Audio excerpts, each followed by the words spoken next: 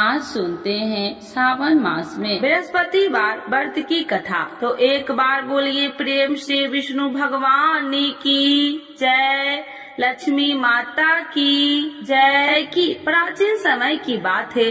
भारत वर्ष में एक राजा राज्य करता था। वह बड़ा प्रतापी और दानी था। वह नित्य गरीबों और ब्राह्मणों की सेवा सहायता करता था। वह प्रतिदिन मंदिर में भगवान दर्शन करने जाता था, लेकिन यह उसकी रानी को अच्छा न लगता। न वह व्रत करती और न ही किसी को एक पैसा दान में देती। राजा को भी ऐसा करने से मना किया करती। एक समय की बात है कि राजा शिकार खेलने वन को चले गए। घर पर रानी और दासी थी। उस समय गुरु बृहस्पति साधु का रूप धारण कर राजा के दरवाजे पर भिक्षा मांगने आए। साधु ने रानी से भिक्षा मांगी तो वह कहने लगी, हे साधु महाराज, मैं इस दान और पुण्य से तंग आ गई हूँ। आप कोई ऐसा उपाय बताए जिससे यह सारा धन नष्ट हो जाए और मैं आराम से रह सकूं। साधु रूपी बृहस्पति देव ने कहा, हे देवी, तुम बड़ी विचित्र हो। संतान और धन से भी कोई दुखी होता है। अगर तुम्हारे पास अधिक धन है तो इसे शुभ कार्यों में लगाओ, जिससे तुम्हारे दोनों लोक सुधरे। परंतु साधु की इन बातों से रानी खुश नहीं हुई। उसने कहा कि मुझे ऐसे धन की आवश्यकता नहीं जिसे मैं दान में दूं तथा जिसको संभालने में ही मेरा सारा समय नष्ट हो जाए। साधु ने कहा, यदि तुम्हारी ऐसी इच्छा है तो जैसे मैं तुम्हें बताता हूँ तुम वैसे ही करना। बृहस्पतिवार के दिन तुम घर को गोबर से लिपना, अपने केसे को पीली मिट्टी से धोना, केसे को धोते समय स्नान करना, राजा से हजामत बनाने को कहना, भोजन में मांस मदिरा खाना, कपड़ा धोबी के यहाँ धुलने डालना। इस प्रकार 7 बृहस्पतिवार करने से तुम्हारा समस्त धन नष्ट हो जाएगा। इतना कहकर साधु बने बृहस्पति देव अंतर ध्यान हो गए। साधु के कहे अनुसार करते हुए रानी को केवल 3 बृहस्पतिवार ही बीते थे कि उसकी समस्त धन संपत्ति नष्ट हो गई। भोजन के लिए परिवार तरसने लगा। एक दिन राजा रानी से बोला, हे रानी, तुम यहीं रहो, मैं दूसरे देश को जाता हूँ, क्योंकि यहाँ पर मुझे सभी जानते हैं, इसीलिए मैं कोई छोटा कार्य नहीं कर सकता। ऐसा कहकर राजा परदेश चला गया। वहाँ वह जंगल से लकड़ियाँ काट कर लाता और शहर में बेचता। इस तरह वह अपना जीवन व्यतीत करने लगा। इधर राजा के बिना रानी और दासी दुखी रहने लगी। एक समय जब रानी और दासियों को 7 दिन बिना भोजन के रहना पड़ा तो रानी ने अपनी दासी से कहा, हे दासी, पास ही के नगर में मेरी बहन रहती है, वह बड़ी धनवान है, तू उसके पास जा और कुछ ले आ ताकि थोड़ा बहुत गुजर बसर हो जाए। दासी रानी की बहन के पास गई। उस दिन बृहस्पतिवार था। रानी की बहन उस समय बृहस्पतिवार की कथा सुन रही थी। दासी ने रानी की बहन को अपनी रानी का संदेश दिया, लेकिन रानी की बहन ने कोई उत्तर नहीं दिया। जब दासी को रानी की बहन से कोई उत्तर नहीं मिला तो वह बहुत दुखी हुई। उसे क्रोध भी आया। दासी ने वापस आकर रानी को सारी बात बता दी। सुनकर रानी ने अपने भाग्य को कोसा। उधर रानी की बहन ने सोचा कि मेरी बहन की दासी आई थी, परंतु मैं उससे नहीं बोली, इससे वह बहुत दुखी हुई होगी। कथा सुनकर और पूजन समाप्त कर वह अपनी बहन के घर गई और कहने लगी, हे बहन, मैं बृहस्पतिवार का व्रत कर रही थी, तुम्हारी दासी गई, परंतु जब तक कथा होती है तब तक न उठते हैं और न ही बोलते हैं, इसीलिए मैं नहीं बोली। कहो दासी क्यों गई थी? रानी बोली, बहन, हमारे घर अनाज नहीं था। ऐसा कहते कहते रानी की आंखें भर आई। उसने दासियों समेत भूखा रहने की बात भी अपनी बहन को बता दी। रानी की बहन बोली, बहन देखो, बृहस्पति देव भगवान सबकी मनोकामना पूर्ण करते हैं। देखो शायद तुम्हारे घर में अनाज रखा हो। यह सुनकर दासी घर के अंदर गई तो वहाँ उसे एक घड़ा अनाज का भरा मिल गया। उसे बड़ी हैरानी हुई क्योंकि उसे एक बर्तन देख लिया था। उसने बाहर आकर रानी को बताया। दासी रानी से कहने लगी, हे रानी, जब हमको भोजन नहीं मिलता तो हम व्रत ही तो करते थे, इसीलिए क्यों न इनसे व्रत और कथा की विधि पूछ ली जाए, हम भी व्रत किया करेंगे। दासी के कहने पर रानी ने अपनी बहन से बृहस्पतिवार व्रत के बारे में पूछा। उसकी बहन ने बताया, बृहस्पतिवार के व्रत में चने की दाल और मुनक्का से विष्णु भगवान का केले की जड़ में पूजन करे तथा दीपक जलाए, पीला भोजन करे तथा कथा सुने। इससे गुरु भगवान प्रसन्न होते हैं, मनोकामना पूर्ण करते हैं। व्रत और पूजन की विधि बताकर रानी की बहन अपने घर लौट आई। रानी और दासी दोनों में निश्चय किया कि बृहस्पति देव भगवान का पूजन जरूर करेंगे। 7 रोज बाद जब बृहस्पतिवार आया तो उन्होंने व्रत रखा। घुड़सार में जाकर चना और गुड़ बिल लाई तथा उसकी दाल से केले की जड़ तथा विष्णु भगवान का पूजन किया। अब पीला भोजन कहाँ से लाए? दोनों बड़ी दुखी हुई, परंतु उन्होंने व्रत किया था, इसीलिए बृहस्पति देव भगवान प्रसन्न थे। एक साधारण व्यक्ति के रूप में वे दोनों थालों में सुंदर पीला भोजन लेकर आए और दासी को देकर बोली, हे दासी, यह भोजन तुम्हारे लिए और तुम्हारी रानी के लिए है, इसे तुम दोनों ग्रहण करना। दासी भोजन पाकर बहुत प्रसन्न हुई। उसने रानी को सारी बात बताई। उसके बाद से वे प्रत्येक बृहस्पतिवार को गुरु भगवान का व्रत और पूजन करने लगी। बृहस्पति भगवान की कृपा से उनके पास धन हो गया, परंतु रानी फिर पहले की तरह आलस करने लगी।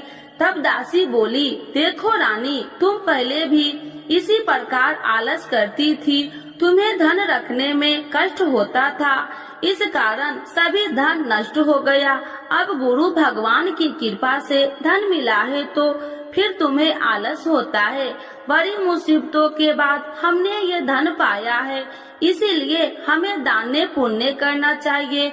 अब तुम भूखे मनुष्य को भोजन कराओ, प्याव लगवाओ, ब्राह्मणों को दान दो, कुआं, तालाब, बावड़ी आदि का निर्माण कराओ, मंदिर, पाठशाला बनाकर ज्ञान दो, कुमारी कन्याओं का विवाह करवाओ, अर्थात धन को शुभ कार्यों में खर्च करो, जिससे तुम्हारे कुल का यश बढ़ेगा तथा स्वर्ग की प्राप्ति हो और पितृ प्रसन्न हो।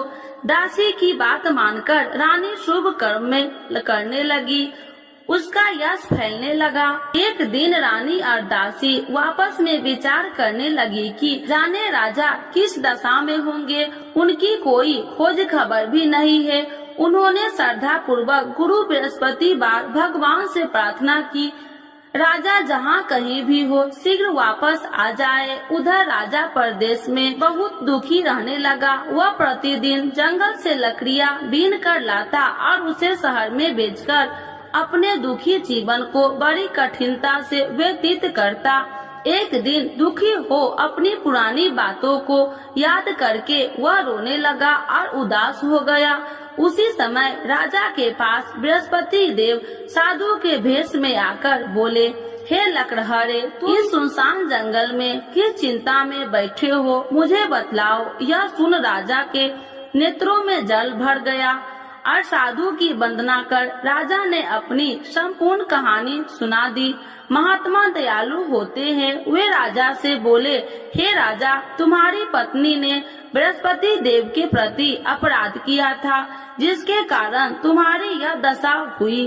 अब तुम चिंता मत करो, भगवान तुम्हें पहले से अधिक धन देंगे। देखो, तुम्हारी पत्नी ने बृहस्पतिवार का व्रत प्रारंभ कर दिया है। अब तुम भी बृहस्पतिवार का व्रत करके चने की दाल व गुड़ जल के लोटे में डालकर केले का पूजन करो। फिर कथा कहो या सुनो, भगवान तुम्हारी सब मनोकामनाओं को पूर्ण करेंगे।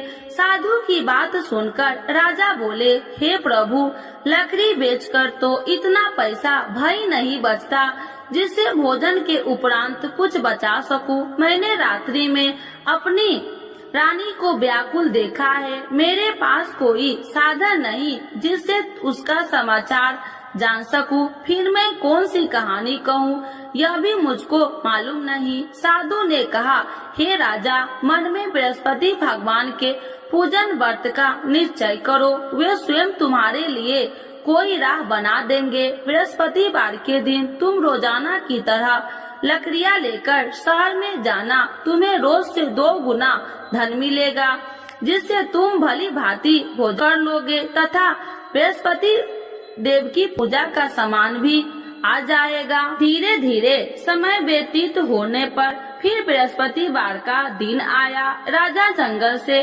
लकड़ियाँ काटकर शहर में बेचने लगा।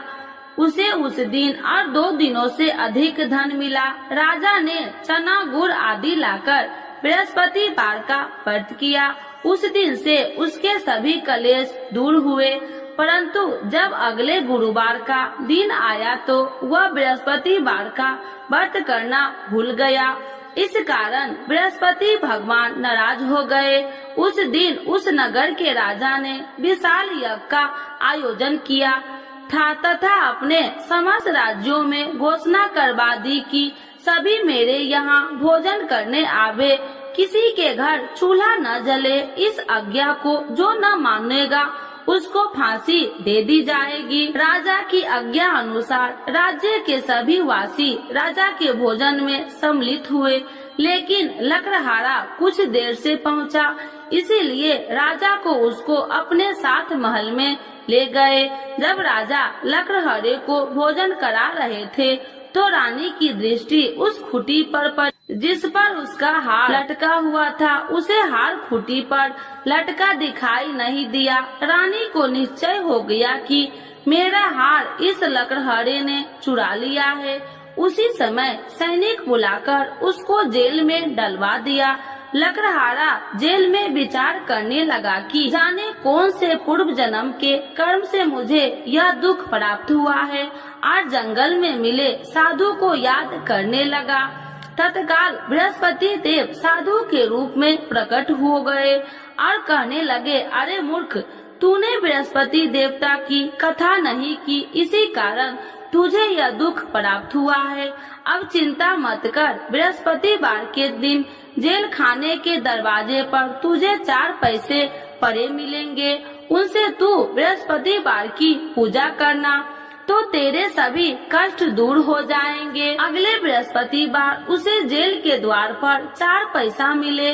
राजा के पूजा का सामान मंगवाकर कथा कही और प्रसाद बांटा।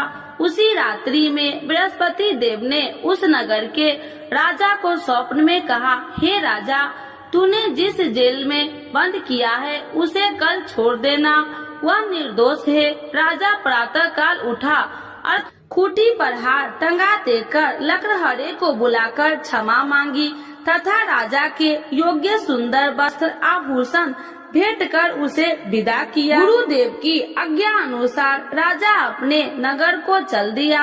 राजा जब नगर के निकट पहुंचा तो उसे बड़ा ही आश्चर्य हुआ। नगर में पहले से अधिक बाग, तालाब और कुएं तथा बहुत सी धर्मशालाएं, मंदिर आदि बने हुए थे। राजा ने पूछा कि यह किसका बाग और धर्मशाला है। तब नगर के सब लोग कहने लगे कि यह सब रानी और दासी द्वारा बनवाए गए हैं। राजा को आश्चर्य हुआ और गुस्सा भी आया कि उसकी अनुपस्थिति में रानी के पास धन कहां से आया होगा। जब रानी ने यह खबर सुनी कि राजा आ रहे हैं तो उसने अपनी दासी से कहा, हे दासी, देख राजा हमको कितनी बुरी हालत में छोड़ के गए थे, वह हमारी ऐसी हालत देखकर लौट न जाए, इसीलिए तू दरवाजे पर खड़ी हो जा। रानी की आज्ञा अनुसार दासी दरवाजे पर खड़ी हो गई और जब राजा आए तो उन्हें अपने साथ महल में लिवा आई। तब राजा ने क्रोध करके अपनी तलवार निकाली और पूछने लगी, बताओ यह धन तुम्हें कैसे प्राप्त हुआ। तब रानी ने सारी कथा कह सुनाई। राजा ने निश्चय किया कि मैं रोजाना दिन में 3 बार कहानी कहा करूँगा और रोज व्रत किया करूँगा। अब हर समय राजा के दुपट्टे में चने की दाल बंधी रहती तथा दिन में 3 बार कथा कहता। एक रोज राजा ने विचार किया कि चलो अपनी बहन के यहाँ हो आऊं। इस तरह का निश्चय कर राजा घोड़े पर सवार हो अपनी बहन के यहाँ चल दिया। मार्ग में उसने देखा कि कुछ आदमी एक मुर्दे को लिए जा रहे हैं। उन्हें रोककर राजा कहने लगा, अरे भाइयों, मेरी बृहस्पतिवार की कथा सुन लो। वे बोले, लो हमारा तो आदमी मर गया है, इसको अपनी कथा की पड़ी है। परंतु कुछ आदमी बोले, अच्छा कहो, हम तुम्हारी कथा भी सुनेंगे। राजा ने दाल निकाली और कथा कहनी शुरू कर दी। जब कथा आदि हुई तो मुर्दा हिलने लगा और जब कथा समाप्त हुई तो राम राम कह के वह मुर्दा खड़ा हो गया। राजा आगे बढ़ा, उसे चलते चलते शाम हो गई। आगे मार्ग में उसे एक किसान खेत में हल चलाता मिला। राजा ने उसे कथा सुनने का आग्रह किया, लेकिन वह नहीं माना। राजा आगे चल पड़ा। राजा के हटते ही बैल पछाड़ खाकर गिर गए तथा किसान के पेट में बहुत जोर से दर्द होने लगी। उसी समय किसान की माँ रोटी लेकर आई। उसने जब देखा तो अपने पुत्र से सब हाल पूछा। बेटे ने सभी हाल बता दिया। बुढ़िया दौड़ी दौड़ी उस घुड़सवार के पास पहुँची और उसने बोली, मैं तेरी कथा सुनूंगी, तू अपनी कथा मेरे खेत पर ही चलकर कहना। राजा ने लौटकर बुढ़िया के खेत पर जाकर कथा कही, जिसके सुनते ही बैल खड़े हो गए तथा किसान के पेट का दर्द भी बंद हो गया। राजा अपनी बहन के घर पहुंच गया। बहन ने भाई को खूब मेहमानबाजी की। दूसरे रोज प्रातः काल राजा जागा तो वह देखने लगा कि सब लोग भोजन कर रहे हैं। राजा ने अपनी बहन से जब पूछा, ऐसा कोई मनुष्य नहीं है जिसने भोजन नहीं किया हो, जो मेरी बृहस्पतिवार की कथा सुन ले। बहन बोली, हे भैया, यह देश ऐसा ही है। यहाँ लोग पहले भोजन करते हैं, बाद में कोई अन्य काम करते हैं। फिर वह एक कुम्हार के घर गई, जिसका लड़का बीमार था। उसे मालूम हुआ कि उसके यहाँ 3 दिन से किसी ने भोजन नहीं किया है। रानी ने अपने भाई की कथा सुनने के लिए कुम्हार से कहा। वह तैयार हो गया। राजा ने जाकर बृहस्पतिवार की कथा कही, जिसको सुनकर उसका लड़का ठीक हो गया। अब तो राजा को प्रशंसा होने लगी। एक दिन राजा ने अपनी बहन से कहा, हे बहन, अब मैं अपने घर जाऊंगा, तुम भी तैयार हो जाओ। राजा की बहन ने अपनी सास से अपने भाई के साथ जाने की आज्ञा मांगी। सास बोली, हाँ चली जा, मगर अपने लड़कों को मत ले जाना, क्योंकि तेरे भाई के कोई संतान नहीं है।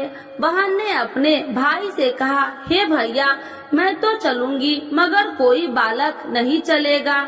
अपनी बहन को भी छोड़कर दुखी मन से राजा अपने नगर को लौट आया। राजा ने अपनी रानी से सारी कथा बताई और बिना भोजन किए वह सैया पर लेट गया।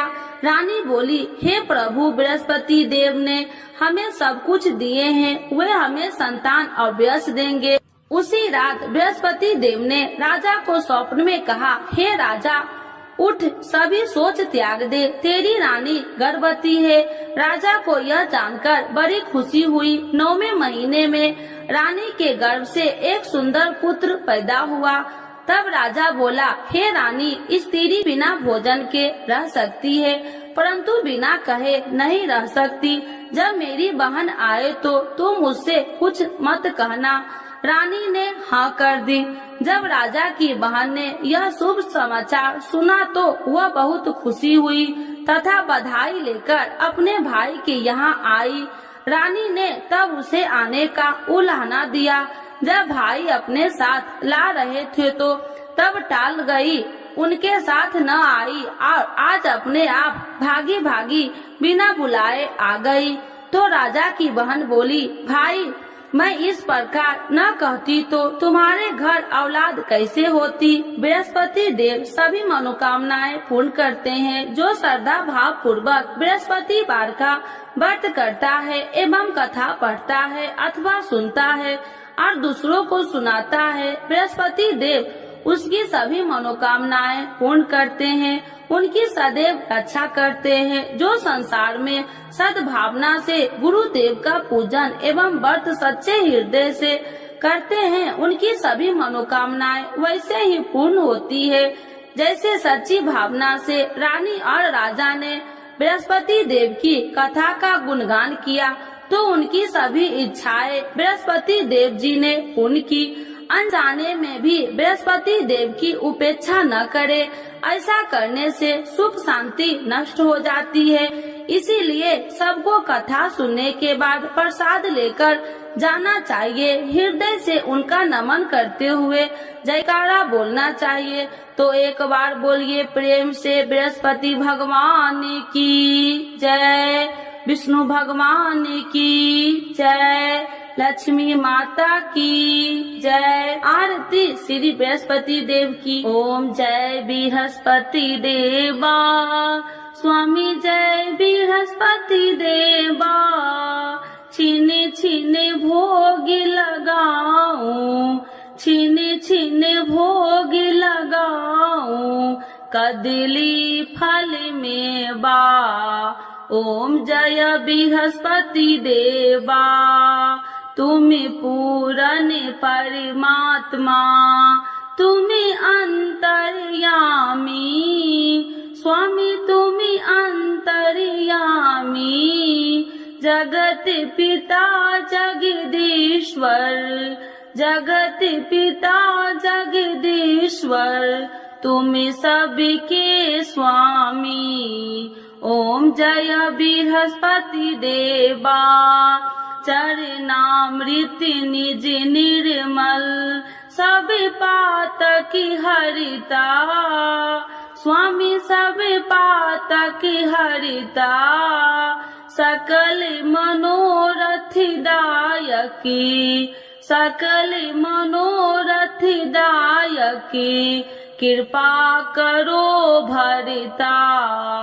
ओम जय बृहस्पति देवा, तन मन धन अर्पण कर, जो जन शरण पड़े, स्वामी जो जन शरण पड़े, प्रभु प्रकट तब हो करे, प्रभु प्रकट तब हो कर, आकर द्वार खड़े। ओम जय बृहस्पति देवा, दीन दयाल दयानिधि, भक्तन हितकारी, स्वामी भक्तन हितकारी, पाप दोष सब हरता, पाप दोष सब हरता, भव बंधन हारी। ओम जय बृहस्पति देवा,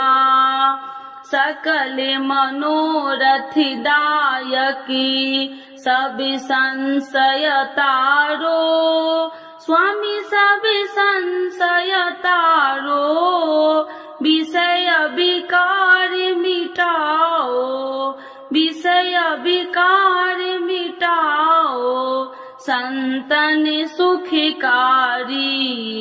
ओम जय बृहस्पति देवा, जो कोई आरती तेरी प्रेम सहित गावे, स्वामी प्रेम सहित गावे, ज्येष्ठानंद बंद सो, ज्येष्ठानंद बंद सो, सो निश्चय पावे।